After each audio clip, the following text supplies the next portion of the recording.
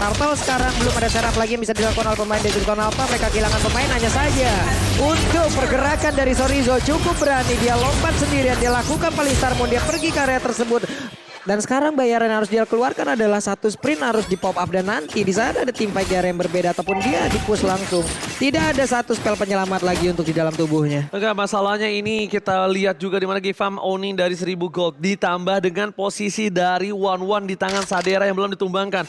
Posisi sekarang dengan optimal dari seorang Digi pun itu dia nggak bisa membuat Sadera ini berhenti di depan sana. Padahal Digi ini digunakan untuk itu. Iya. Tapi ketika form yang mereka lakukan tidak berhasil, mereka udah harus coba mulai fokus tapi Baloyski. Wow, Baloi. Flicker sudah dikorbankan tapi tidak mendapatkan satu hasil yang cukup maksimal. Namun juga kita lihat Elzura udah mengeluarkan juga karena Plexusnya. Tapi Jana Kitty sendirian cukup berani. Ada satu Tonros yang memang juga masuk ke dalam tubuhnya ataupun tadi dengan satu Daphne yang dikeluarkan. Oke, tapi melihat adanya dorong Jana Kitty yang harus mundur ke arah belakang, dia sadar dia nggak punya purple buff. Mau maksa tim fight lebih lagi walaupun dia punya Tempest of Blade itu nggak bakal worth it dan bakal kehilangan semuanya. Kenapa? Dia ditumbangin, purple buff diinvasi. Udah purple buff diinvasi, tim fight dari bottom lane juga bakal terjadi. Dia sangat berbahaya, satu buah poin kill akan didapatkan oleh seorang Bigetron Alpha. Membuat ruang yang bebas di arah bottom lane. Dan bahkan Sadera harus mundur ke arah belakang yang tandanya bottom turret akan dipecahkan. Sorizo memberikan waktu yang cukup banyak untuk bermain dari Bigetron Alpha di arah bottom lane. Dan nampaknya Sorizo still survive. Alzura. Kali dengan sama tanda sepakat. Marki teropi 3 versus 1. Jana Kitty, what happened? Oh my god. Almost is never enough. Oke. Pertempurannya gila-gilaan loh, 3 lane loh ini. 3 lane terjadi, ada pancingan di atas, di bawah. Agak sedikit memaksakan terlihat tadi yang dilakukan oleh Jana Kitty. Berharap untuk bisa mendapatkan juga ke arah Diginya, tapi ternyata miskalkulasi membuat dirinya yang hilang. Tapi jujur, Sorizo apalagi sih. Sorizo itu poinnya yang paling penting, Sorizo-nya ngebaik time di area top lane. Sehingga di bottom lane-nya akan terjadi team fight 4 lawan 3.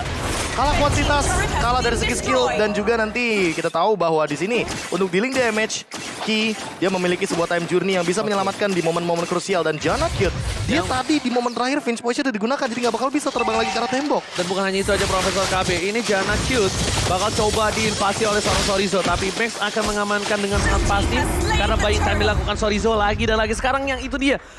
Oke, dulu banyak yang bilang offlaner ini mereka harus adu mekanik, harus adu A, B, C. Dan sekarang dengan hanya mengandalkan mekanik, menurut gua itu sulit banget karena mereka sangat takut buat surprise attack. Dan masih harus satu bumper Blitzka. No, karena instant damage satu kali berhasil membuat Bigetron Alpha tersumbangkan. Dan para pemain dari tim Gifam, kali ini mereka kehilangan Baloyski dan Sadera. Sebuah opsi terbuka. Marki time journey for save the day. Dan berhasil tapi sayang sekali benteng dia minta Sadera tersumbangkan. Sardas sangat bagus Sorizo membuat seorang Sadera tersumbangkan. Tapi di sisi sebaliknya lihat Bigetron Alpha membalikkan keadaan. Wah, ini Sorizo masih selamat tapi tidak akan bertahan jauh lebih lama lagi. Bahkan tadi ini ada hal baik yang mereka lakukan di mana weakness point yang dimiliki oleh Esmeralda terbuka tapi targetnya adalah Marki. Membuat Marki menjauh dari area pertempuran tersebut hingga mereka kehilangan dealer damage lagi tambahan. Problemnya adalah Max tadi Phantom Execution-nya nggak kena. Iya, Untungnya. kehilangan banyak damage dealer jadi begitu. Kalau Phantom Execution-nya kena itu kasusnya bakal berbeda. Dan ini mungkin berat untuk seorang Max. Kenapa? Dia harus coba mulai dari nol lagi dengan ada 3 poin yang ditumbangkan dan damage deal by Sorizo. Dilihat maksanya mendeal damage di atas seorang Masha yang dari tadi nggak melakukan team fight secara overall. Dia ya team fight di laningnya. Mencoba Thunderclap udah kelar. Ya, Gak tapi ada kalau ngomongin follow-up soal lagi. bagaimana Max dengan dealing damage-nya, tugasnya dia di sini sebagai jungler adalah mengamankan poin objektif untuk Retribution. Tapi kalau misalkan goldnya ini loh, player gold by UBS Gold, kita bisa melihat bagaimana Sorizo dan Marki yang saling mengejar. Kita tahu dalam satu tim ini Bigetron Alpha memiliki 2 power untuk pattern farming di gold dan juga EXP lane-nya. Hanya saja, untuk poin terpentingnya untuk saat ini, Marki harus ditempel sama Ki. Itu membuahkan sebuah gameplay makro di mana Gifam sudah bisa membaca bahwa selalu ada 2 sampai dengan 3 untuk di backupnya Marki. Betul banget. Mereka jadi nggak bakal berani untuk melakukan pick off ke arah Marki ketika mereka belum siap dengan damage build yang maksimal. Dan bahkan yang bisa aku lihat adalah di sini Max kayaknya udah mulai harus hilang dari radar deh. Kenapa? Dia udah nggak bisa lagi yang ngebuka atau dia langsung masuk dari front to back. Dia kalau bisa main dari arah belakang Profesor. Kalau bisa dia coba maksa Elzura untuk break choose or segala macamnya. Karena eksekusinya mungkin nanti ada di Sorriso. Tapi lihat, bakal coba ditarik turun ke arah bawah. Janacute akan mengadu satu barrier terbesar, tapi Sorriso is coming. Ini dia, cutting posisi yang sangat tidak enak. Tapi lihat surprise, happy birthday Baloyski. Membuat dia ditumbangkan dan Max mengamankan satu buah momentum yang sangat tepat.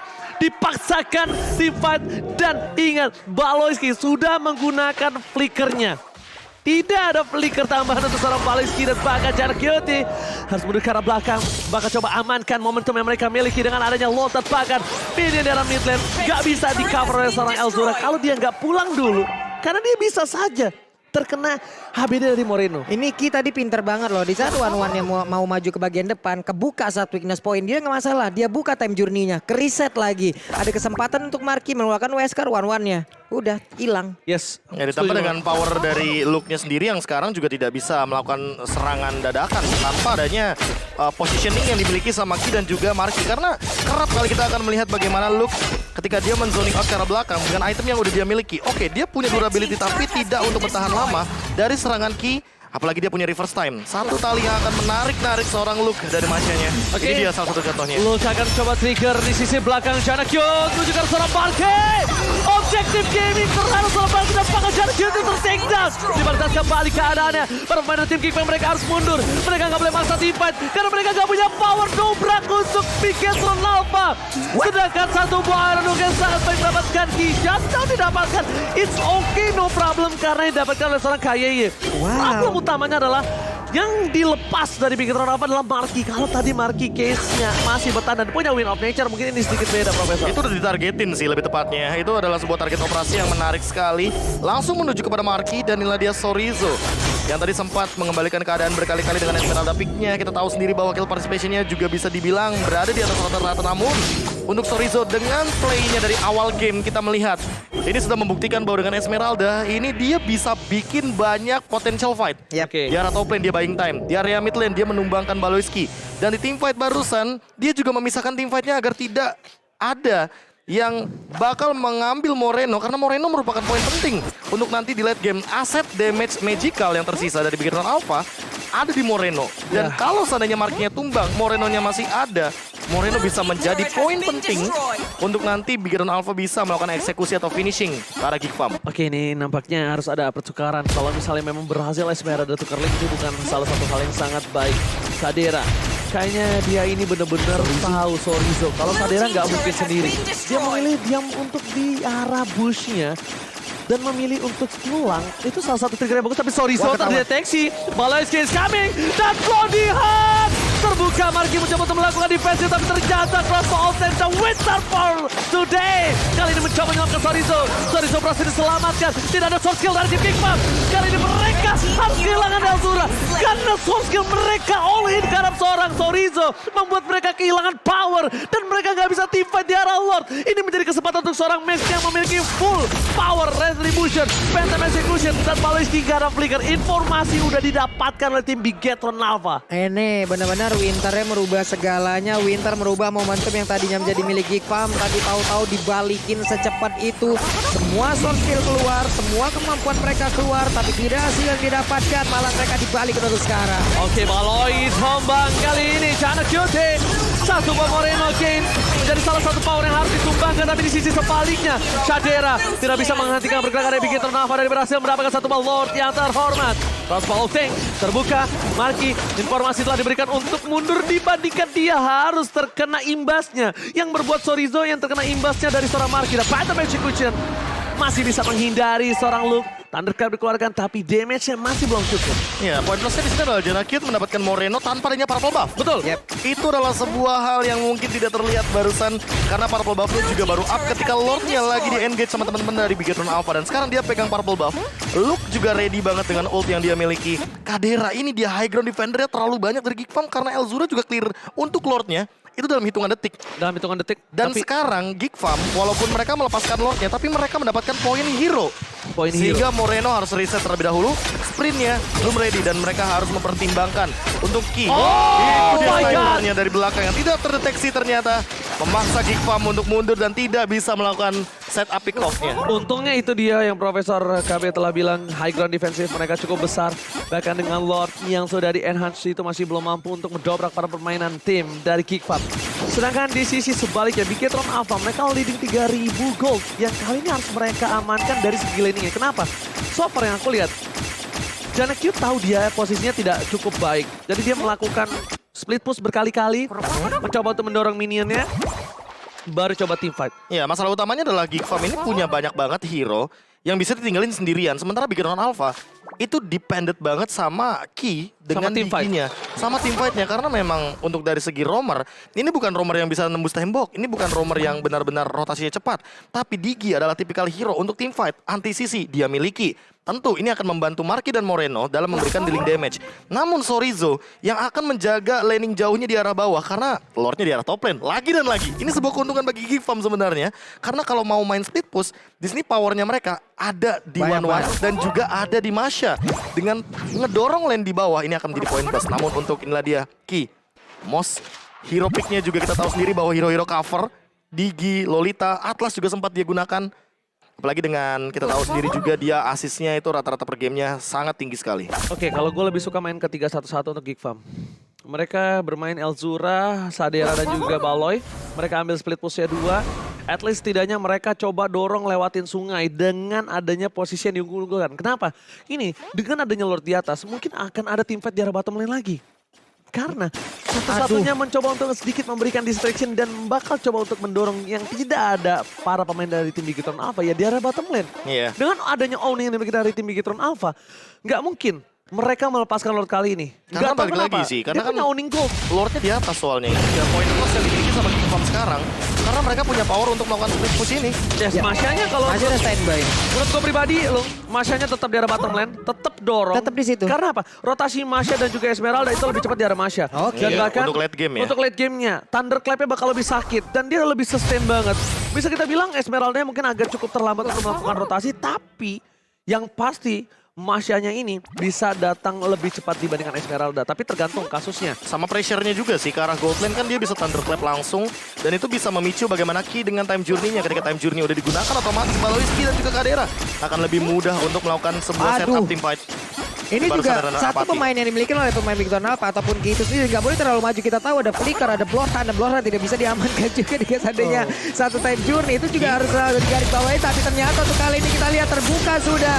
Hanya saja crossbow yang masih sempat langsung dikeluarkan dan Moreno menjadi korban pertama yang dibakar untuk KYE. Mau kabur ke bagian mana dan hilang sudah KYE. Oh my god, Tifa berhasil didapatkan. Winner coba dibuka depannya Janacute di dalam depan sana. Looking for wipe out Sorizo.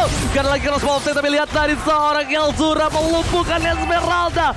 Lord terbuka dengan sangat bebas. Geek Farm satu buah pelatihan. Inisiasi dari Baloiski. Ternyata di follow up itu kuncinya adalah satu Profesor. Percaya. Karena apa? Sorizo sosok paling tebal di posisi dari Bigetron Alpha, tapi bukan itu poinnya. Gimana caranya crossbow of tanknya dibuka terlebih dahulu? Karena aku sering bilang bahwa Franco ini adalah tipikal hero yang gak ada angin, gak ada hujan, dia bisa melakukan setup team fight. Dan itu adalah sebuah team fight yang dipicu oleh satu sosok Baloiski dengan menggunakan ultimate secara paksa ke arah Sorizo sehingga terbukalah sebuah anti-CC power time journey yang digunakan. Dan itu langsung mengubah skema permainan yang tadinya oke Bigetron Alpha nunggu sabar Sempat masalahnya crossbow tanknya. Betul. Iya. Ada dua. Pertama, Moreno dia nggak di posisi Order Brilliance. Gak ada Winter Truncheon juga untuk kali ini. Ya kan, baru ada. Karena kalau ada tadi dia udah dipakai. Baru Dan ada Winter. targetingnya Janacute dia langsung menuju kepada Moreno yang belum sempat untuk menggunakan Winter atau bahkan Order Brilliance-nya. Betul banget. Karena stuck di atas palanya itu ke arah yang Dari darknya. chaosnya, dari Iya, chaosnya. ke darkeningnya. Karena mereka akan melakukan ganking dengan owning yang mereka miliki. Dan satu ballot langsung membalikan keadaan hingga 1.300 goldnya. Posisi dari seorang Elzura. Ini udah gak bisa ditumbangin sama seorang Lancelot. Malah dia Masalah mau fokus ke arah utamanya belakang. lihat Luke, dia blade armor. Jadi Marky serba salah di sini. Walaupun dia udah punya Husklow, tapi ketika nantinya Luke akan melakukan Thunderclap ke arah belakang dan itu adalah Marky, ini akan berbahaya. Oh, solo kill! Biar Soulblade, Geek Farm memecahkan satu buah best turret dan Janacute. Ada wawasan dari sisi Soulblade. Geek Farm fokus ke arah base, Thunderclap dikeluarkan. Marky mendekat ke belakang dan Janacute gak melihat apapun terjadi. Geek Farm akan mengamalkan game yang pertama karena Luke gak melihat apapun. Luke cuma fokus ke arah base-nya. Geek Farm take the game. Dan kali ini Ruben tidak sendirian di dalam ruangan. Ditemani oleh para manajer dan juga official dari Geek Farm yang menyambut kemenangan Geek Farm di game yang pertama, Profesor. Iya. Yes, Ini ini sebuah permainan yang mungkin udah jarang kita lihat ya. Split push. Dan bahkan permainan itu ditunjukkan lagi oleh teman-teman dari Geek Farm ketika mereka memicu untuk melakukan team fight di area lore tadi.